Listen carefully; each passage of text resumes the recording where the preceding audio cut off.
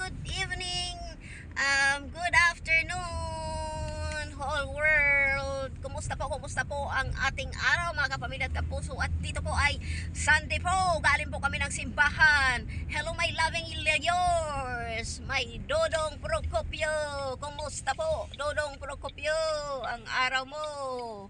So yun po, napakabuti po ng Panginoon. Kaya sabi nga po doon sa Matthew 6:33, seek first the kingdom of God and His righteousness, and all these things shall be added unto you.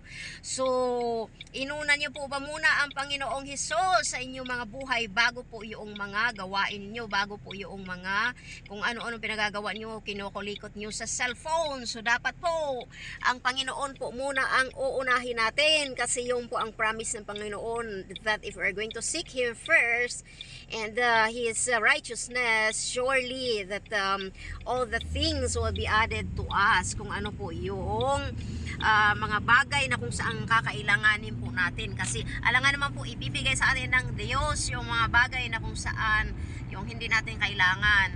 Kaya kapag tunay nga na kung inuuna natin ang Diyos, lahat po ng mga bagay na kung ito po ay para sa ating kabutihan, ibibigay po talaga ng Panginoon. So kailangan na po natin na isisik natin or uunahin natin ang Panginoon, or hahanapin natin ang Diyos. Kasi ay tatandaan po natin na sa ating mga trabaho, kung wala po ang Panginoon, kung hindi siya nagbibigay sa atin ng kalakasan, ay tunay nga na hindi po tayo makakapagtrabaho. Kung hindi po ang Panginoon nagbibigay sa atin ng tunay nga na pabor, na good health, kanunay, o palagi nga na wala din po tayo. Kaya dapat po dapat isaisip natin ang Panginoon lagi, at dapat i-acknowledge natin ang Panginoon sa buhay natin, that we can do nothing without God, and apart from Him we are nothing, di ba po?